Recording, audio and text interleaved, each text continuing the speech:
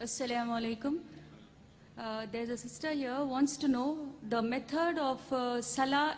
Is it the same for the man and the woman? Same for the Shafi and the Hanafi? This is the question that is the method of offering salah for the man and woman the same, for the Shafi or Hanafi the same. Our beloved Prophet Muhammad Sallallahu Alaihi Wasallam said, it's mentioned in Sahih Bukhari, volume number 1. The Prophet said, pray as you see me pray. The Prophet did not say that the women should pray separately or the men should pray separately. There's a hadith, again in Sahih Bukhari, volume number 1 in the book of Salah, that the Sahabiyas, they prayed the same way as the men prayed. There's no different type of praying for men and women. You should pray the same as the Prophet prayed, irrespective whether you're a man or a woman. I am aware that there are books available in the market, in India and throughout the world, of different schools of thought, that the style of praying for women is different because they are seen and the men is different. There is no such Sahih Hadith. For reply in Islam, always, your answer should be backed up with Quran and Sahih Hadith. Always, Quran and Sahih Hadith. So whenever you give reference, any scholar, let it be the biggest scholar in the world. If he gives the answer, there should be proof, quotation from the Quran and Hadith. Ask him for proof. Qul hatu burhanakum. Produce your proof in kuntum sadiqin. There is not a single Sahih Hadith. There is no verse in the Quran which says that the styles for offering salah is different for the men and women. I am aware that scholars of their own view, they said, okay, fine, because women should be protected, they should pray differently. These are their thinking. But the Prophet never said that. We should pray as the Prophet prayed. Regarding the style for offering salah, as the Hanafi style and the Shafi style, I'm aware that it does differ. The Hanafis, they keep their hand below the navel. The Shafis keep their hand on the chest. They do takbir. They say Ameen loudly. Again, my first answer. On Sahih Bukhari, the Prophet said, in volume number 1 in the book of Salah, pray as you see me pray. And all the 4 Aimmas, Imam Shafi, Imam Ahmad ibn Hanbal, Imam Abu Hanifa, Imam Malik, all the great 4 Aimmas said that if you find any of my fatwa which goes against Allah and His Rasul, throw my fatwa on the wall. I am aware Abu Hanifa, may Allah be pleased with him. He was a great scholar, I respect him, I love him.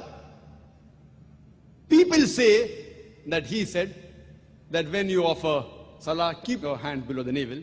There's a hadith in Abu Dawud, if you read volume number 1, book of Salah, which says that the Prophet kept his hand below his navel when he offered salah, but this is a Zaif hadith.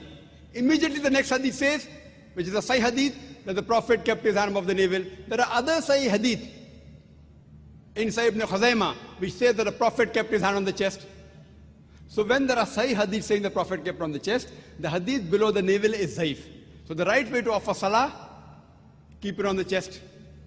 That doesn't mean everything Imam Shafi is right or Imam Abu Hanifa, may Allah be pleased with them both, that they're wrong. See, they were great scholars. We respect them, they're great Aimmas. But we fail to realize that at that time, the Hadith 1 compiled, during the life of the Prophet, the Quran was compiled.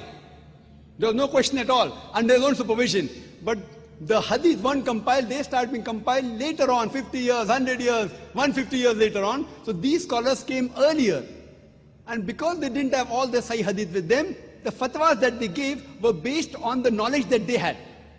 I don't think that Abu Hanifa, may Allah be pleased with him, made a mistake. What he did, because that Sahih Hadith didn't reach him. So maybe according to me, the Zaif Hadith reached him and he may have said, keep your hand below the navel. The Sahih Hadith may have reached Imam Shafi. He said that keep your hand on the chest. Again, Sahih Bukhari says, volume number 1 in the book of Salah, that you have to Rafatain. So Rafatain, the Prophet said, not because Imam Shafi is saying I'm following it, because my Prophet said it. Now in wudu, there's a verse in the Quran in Surah Ma'idah, chapter number 5, that it says that when the woman touches, the wudu breaks. The Arabic word is masa, coming from namasa, which means touch. According to Imam Shafi, may Allah be pleased with him, he says that if the woman touches, the wudu breaks. Imam Abu Hanifa said, if the woman touches a man who's in wudu, wudu does not break. Now the Arabic verse of the Quran says, la masa, if the woman touches, wudu breaks. But there are 2 meanings of masa. One is a sexual touch and the other is a physical touch. So Imam Shafi, may Allah be pleased with him, he took it as a physical touch.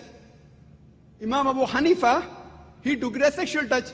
So both had a difference of opinion. But when you go to Sunnah Abu Dawud, volume number 1, in the hadith of Aisha, may Allah be pleased with her, the Prophet was in wudu, he kissed her. And the Prophet, without doing wudu again, went for salah. There's another hadith in Sahih Bukhari, in the book of Salah, volume number 1. The Hazrat Aisha was sleeping, Prophet put the leg and offered salah. So this proves that physical touch does not break the wudu. So here, Abu Hanifa, may Allah be pleased with him, is right. And Imam Shafi, not that he made a mistake willfully, that hadith didn't reach him. So all were great scholars. And all the Aimma said that if you find any of my fatwa which goes against Allah and His Rasul, then throw my fatwa on the wall. So I say that I am a Pakka Hanafi. Dr. Zakir Naik is a Pakka Hanafi. Why? Abu Hanifa maybe give the fatwa, keep down below the navel while offering salah. But the Sahih Hadith says keep on the chest. So I, while offering salah, I keep off my chest. I am a Pakka Hanafi.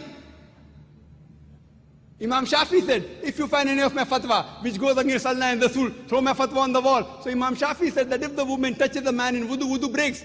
But Sahih Hadith says wudu does not break. So my wudu does not break if a woman unintentionally touches me. So because I've thrown the fatwa of Imam Shafi on the wall, he said that I'm a Pakka Shafi. I'm a Pakka Hanafi, I'm a Pakka Shafi, I'm Pakka Hanbali, I'm also Pakka Maliki. Pakka means staunch. I follow 100%. Other people follow 80%, 90%. Or 60% of Abu Hanifa. I follow total. All the great four Aimma said, if you find any of my fatwa which goes against Allah and Rasul, throw my fatwa on the wall. All these scholars, the great scholars, you have to respect them. But you have to realize that the hadith weren't compiled. Today, everything on your fingertips, on the CD-ROM, in the books available. So now the scholars are there, and out of lack of information, for example, there's my brother, who's a doctor, and Copernicus. Copernicus was a great scientist. But my brother has more knowledge than Copernicus on science, even more than Einstein. But Einstein was more brilliant. Because today science is advanced. That doesn't mean my brother is more genius than Albert Einstein. Albert Einstein is a much bigger genius than my brother. But now brother, because hundreds of years have passed, he has more information about science. So information he has more. But a bigger genius is Albert Einstein. Isaac Newton is Copernicus. But today, because science is advanced, we have the information with us. So those scholars were great genius. We love them, we respect them. But today the information has been compiled, so we have to realize, as Allah says in the Quran, in Surah Al-Imran, chapter number 3, verse number 103, وَاتَصِمُوا بِحَبْلِ اللَّهِ جَمِيعًا وَلَا تَفَرَّقُوا. Hold the rope of Allah strongly and be not divided. We should not divide ourselves into all sects. So the only way of offering salah is not Hanafi style or Shafi style or Maliki style. It is the style of the Prophet. And Imam Abu Hanifa, may Allah be pleased with him, Imam Shafi, may Allah be pleased with him, they told, if you find anything of my fatwa which goes against Allah and Rasul, throw my fatwa on the wall. So if you're a Pakka Hanafi, you have to offer as the Sahih Hadith says. If you're a Pakka Shafi, offer as what the Sahih Hadith says. Then you'll be following the true Islam. Hope that answers the question, sister. Brothers, please.